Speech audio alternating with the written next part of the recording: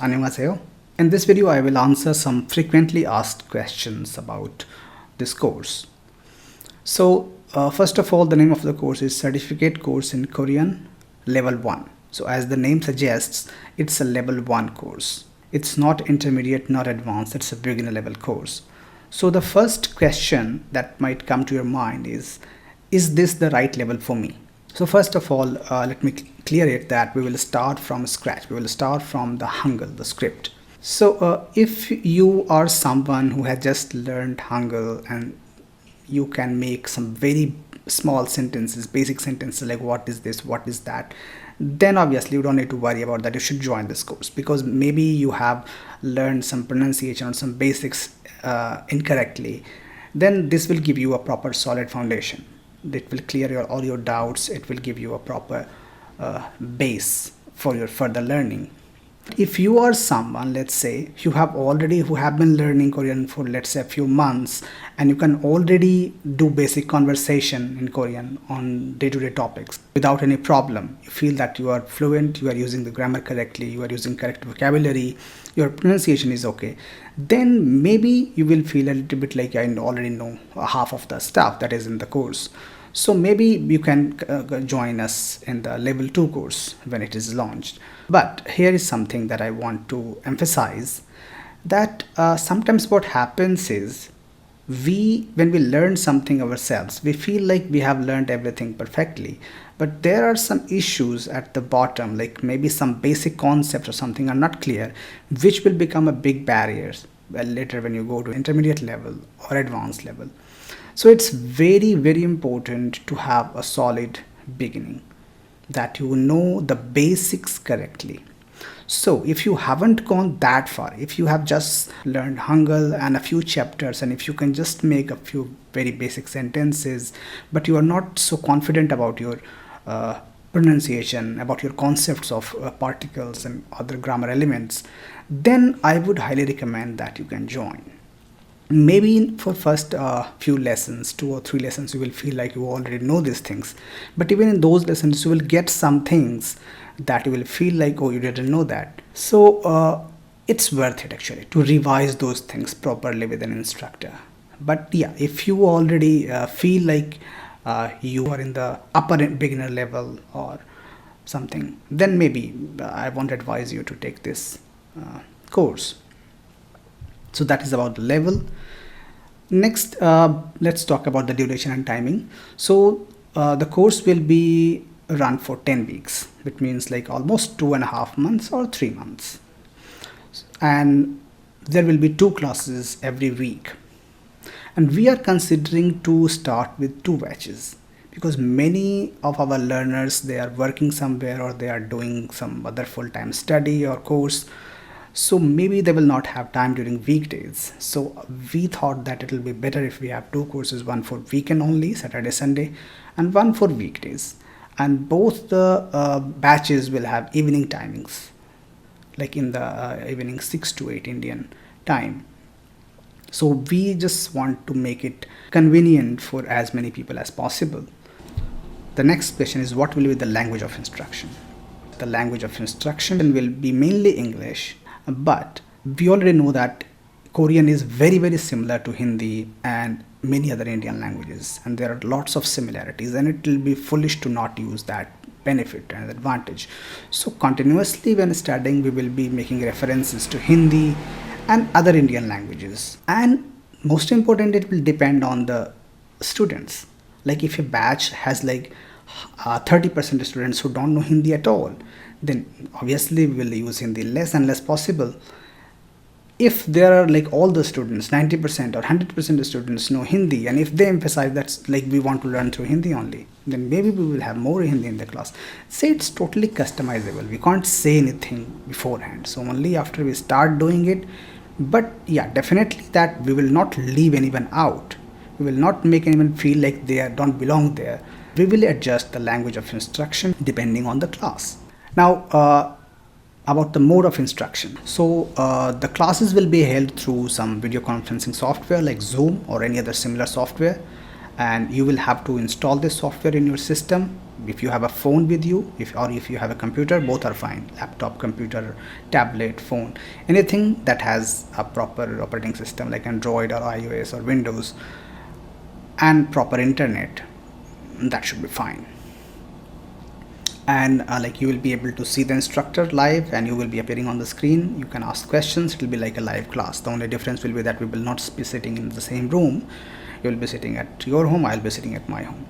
Apart from class, we will have a group, maybe on WhatsApp or Facebook, where you can like ask questions, submit the homework, or where you can discuss, like among classmates also. You can do some practice or sentence making or these kind of activities. It will be only for that particular batch. Apart from that, after every class, all the lectures will be recorded and the recordings will be made available to all the students. So let's say that during the class you feel like you understood everything, but later while reviewing you feel like, oh, you missed something, you are not able to get it. So you can always watch the video multiple times. You can repeat, pause, and go back and forward, and you can see. Still, if you don't understand, you can always ask in the group and I will clarify all the doubts in the group or maybe in the next class. So that is how it will work. So even if you miss some class, let's say there is some technical issue, or let's say you got some sudden urgent work. So if you missed some class, you can always watch the recordings, and if you are not able to understand something, you can ask me in the group and I will try to clarify your doubts. But let's say like that majority of the class is having technical difficulties.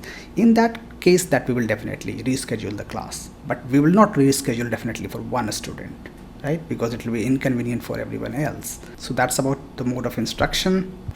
Now, this is a very important question. It may come to your mind that how will this course be different from learning Korean language at an university like JNU, DU, or at institution like Korean Cultural Center or INCO Center or anywhere else.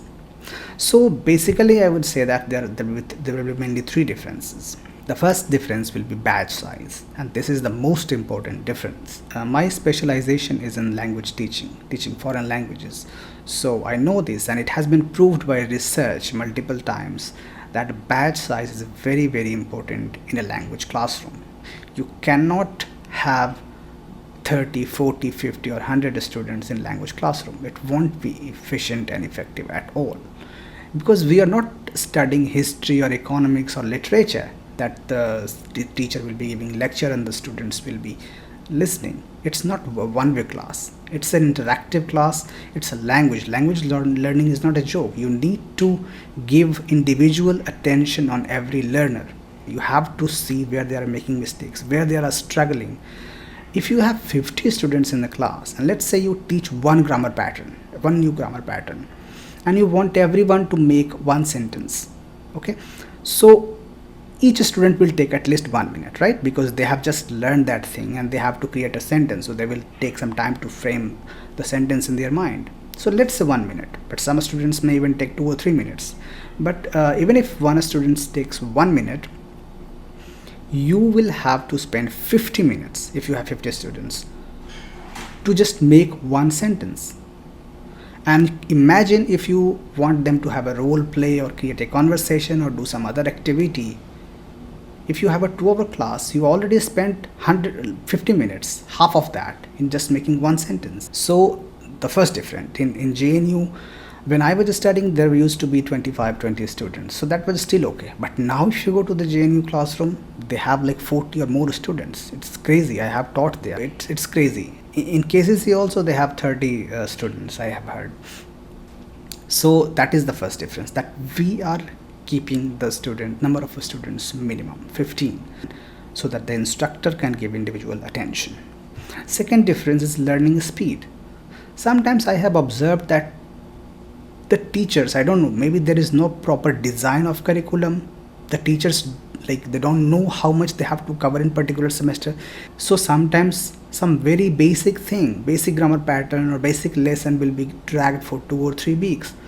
So if after 6 months, if you ask a student of JNU or DU, what have you learned in the semester, the outcome will be really insignificant, because there is no organization, there is no coordination between teachers, what is being taught and what is the target that they're trying to achieve. So the speed in this course, we will be giving ideal amount of time on each concept. In 3 months in this course, you will be covering Korean language what other institutions cover in maybe 6 months or 8 months. But yeah, again, I'm saying that you will have to give your best. If the students are lazy, they don't want to work, then we can't do anything. So we totally depend on you. So if you are ready to give your best, if you are ready to do your homework, if you are ready to work hard after the class, and if you do what we assign you to do, then definitely we can achieve in 3 months what the students at other institutions are able to achieve in 6 or 8 months. So the learning speed will be very optimized, not too fast, but not too slow either. We will not drag anything. We will try to cover everything in a proper amount of time. Then the next difference will be instructor support, and this is also very important. In institutions like JNU, DU, or KCC, they will teach you, they will do their very best to make you learn Korean language. But if you ask them questions like, I am planning to apply for a scholarship, or if I'm planning to apply to a university for admission into some course, or I'm looking for a job in Korea, or if I'm looking for a job in a Korean company in India, I need some guidance about it. They don't want to get bothered about these things. And it's understandable because it's their full-time job and they are like handling 200, 300 students. So they feel like if they start answering everyone's question, like they will have to spend a few hours every day. So I don't know why. Like I personally, I have felt and I have heard from many students that the teachers don't support as much as they should. But in this course, we not only want you to be fluent in Korean, speak good Korean, we want you to succeed. We will be really happy if you get a good job in a Korean company, or if you get a good scholarship in Korea. No one will be more happy than me. So we plan to guide you in the best way possible regarding this. So that is one difference.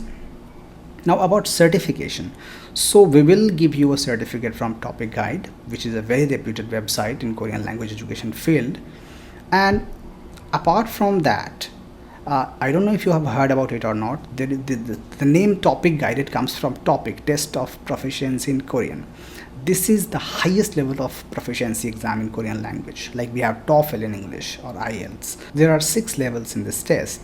And if you pass the Topic test, you get a certificate from Korean government. And it's recognized by everyone. Every private company, every university, every like private and government body that exists, because it's provided by the government. And when it comes to Topic, I can say the Topic Guide is the leading website to train students about that. So we will guide you towards the end of the course, maybe in last few weeks. We will guide you how you can apply for this test and how you can pass this test. Maybe we will have a few classes for this test in particular. Now the most difficult question, the course fees. It was really the most difficult decision for us to make. I personally wanted it, if I could, I would have made it for free. But there are many things involved in developing and running a course like this. There are many people involved in the development of the curriculum and study material. There will be people involved for technical handling during the course, and there will be server costs where all the videos will be hosted, and there will be people involved in evaluating your homeworks, assignments and everything, and those people need to be paid, right? I may work for free, but those people need to be paid, and all those costs, infrastructure costs, they need to be paid. So we had to adjust the fees accordingly. And here we had 2 options. We could have kept the number of students in a batch 50, and then we could have lowered the cost, lowered the fees. We could have made the fee, kept the fees 5,000 or 6,000. But because we are keeping the number of students low, so it has to be a little bit higher than that. So we have decided to keep it at 9,500 rupees. and the fees can be paid through bank transfer or Google Pay or Phone Pay. If you want to pay through card, we can also provide that option, but ideally we are looking for bank transfers. So that's it. Now the selection criteria. We think that we can teach Korean language to anyone. If someone is literate, they can read and understand Hindi or English, they can learn Korean language. So we do not have any very high level criteria that you should be graduate or postgraduate or anything. If you know basic Hindi and English, if you have a computer or phone at home, if you have internet, then you are most welcome. And we will just take first 15 students. Okay. After 15 registrations, the page will automatically close. You won't be able to register. So that's it. So basically, if we have 2 batches, then 15 plus 15, there will be 30 students. Next question, what if I don't like the class? It's a very important question. That let's say that I got excited about it, but when I joined and when I attended 1 or 2 classes, I didn't like the teacher, I didn't like the teaching methods, I didn't like the study material. It can happen. It happens all the time. So what in that case? In that case, we will refund your money. Plain and simple. We do not want your money if you are not satisfied with the course, if you are not satisfied with the teacher. Plain and simple. You just let us know. We will give you a time period of let's say 10 days. And within 10 days, you can just send us a mail or message through any medium, WhatsApp, Facebook, email, that I am not satisfied with this course. Please refund my money. We will not ask you a single question why. We won't even feel bad about that. We will understand everyone has different learning preferences. So maybe our method doesn't suit you. So it's okay. So in that case, we will refund your money. That's it. If you have any other questions, you can ask me through Facebook, through message to our Facebook page, or through the contact box on the website, or through YouTube comments, and I will answer them. Thank you.